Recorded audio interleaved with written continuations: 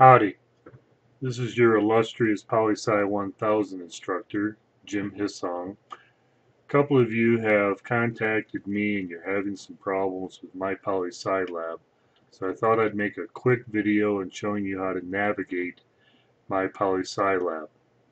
Now after you log in and get to your class, this is the screen that comes up. And I know that it says Northwest Community College District, but it's the same for Western. So just use the information I give you. Western students, it'll be the same. You have course home. Notice there are announcements. You won't find any announcements here for the class. You'll find those on Blackboard. You can click on syllabus and you have a hypertext syllabus just as the one that you've already downloaded probably. There's also a 24/7 customer support. If you can't get a hold of me, or if you do get a hold of me and I tell you, shoot, I don't know, I don't have an answer for your question, get a hold of Pearson, here's where you can go. Alright, let's get into the meat of MyPoliSciLab. E-text, chapter audio. For right now, there's no means by which to listen to the text. Pearson tells me they'll have that in a couple of weeks. So in reading the text, with your access code, or maybe you just have a trial of MyPoliSciLab, right now you can read the text. You have the table of contents. We're in part 1. Right now you would be looking at chapter 1, so let's click on that. Chapter 1 comes up. Notice there's a zoom here. I found the best way to look at it is at about 150%. So here you can read the textbook and you just scroll down just as pages in the text, go to the next page and the next page and the next page. Now we've got some text. We can look at a couple of things. You have some tools up here that may be interesting for you. First off, you got a 2-page view. If you don't like that, click back on it, go back to the 1-page view. Go to the next page, we can get some text. You have a highlighting tool up here. You can click on that. You can select text. I wish you wish to highlight, let go of your button. That'll be highlighted for you next time you come back. You also have a little pen here, a note tool. Click on that. You can put a note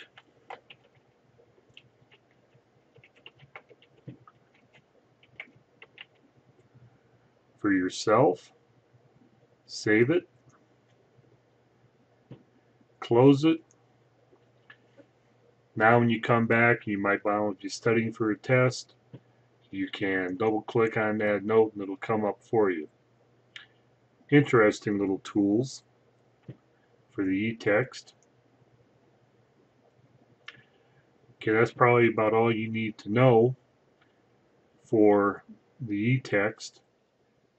Notice up here at the top on your browser, by the way, you had on the front page tuning up your browser, pretty important. Make sure you do such, make sure that you disable your pop-up blockers, otherwise you won't get this little note thingamabobby and so forth. It's real important to disable your pop-up blockers. Also to sync your time zone on that first page. But if we want to get back to the main page, just come up here, click out of that window. Okay, very important. Next, the assignment calendar.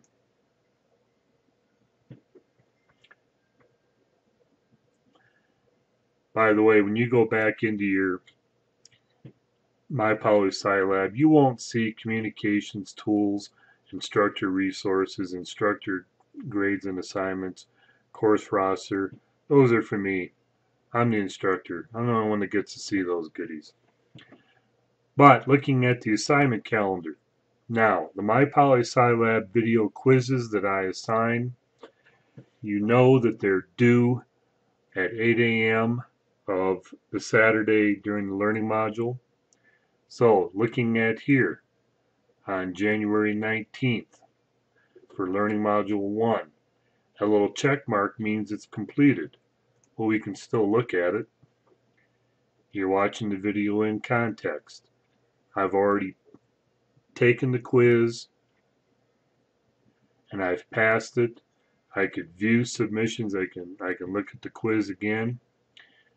But you know that in learning module 2, there will be some video quizzes assigned. Then you've got this little alarm clock looking thing.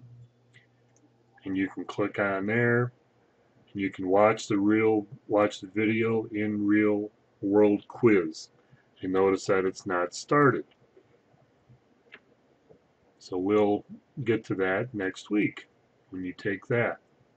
But that's also the means, but probably the easiest way to get to the videos and the quizzes that are assigned each week. Okay, next, study plans and course content.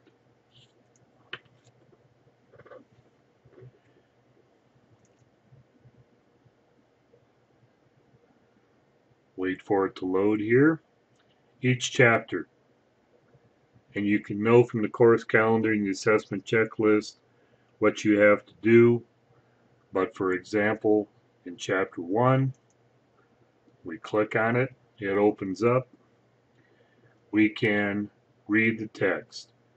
We can review the learning objectives for chapter 1.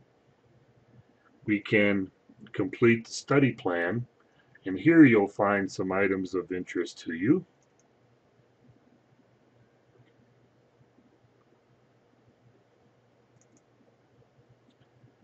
As we click and wait for it,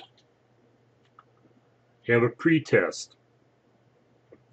Before you even start reading the material, take the pre-test. It'll help you. It'll tell you what you need to make sure you concentrate on in your reading. Notice that I've already taken the pre-test.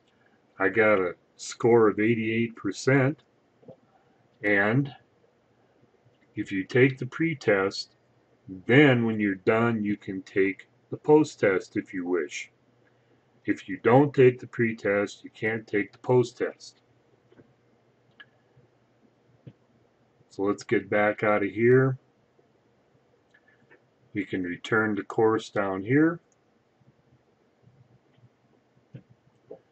You also have at the end a chapter 1 exam that you can take. Some of the questions on the chapter 1 exams, the pre-test and the post-test, very likely will show up on the unit test. When you take the pre-test, the post-test, and the chapter exams, those grades will not show in my grade book. If I don't assign them, they're not going to show up in my grade book. So don't worry about taking the pre-test, post-test, chapter exam, and then, thinking that, oh God, Mr. Hissong is going to think that I don't know squat. That's not a problem. I'm not going to see the scores. Okay, let's back out of here. Let's go to Explorer. And as it tells you, interactive political data to help you think like a political scientist and explore current political puzzles. You can go to the video series.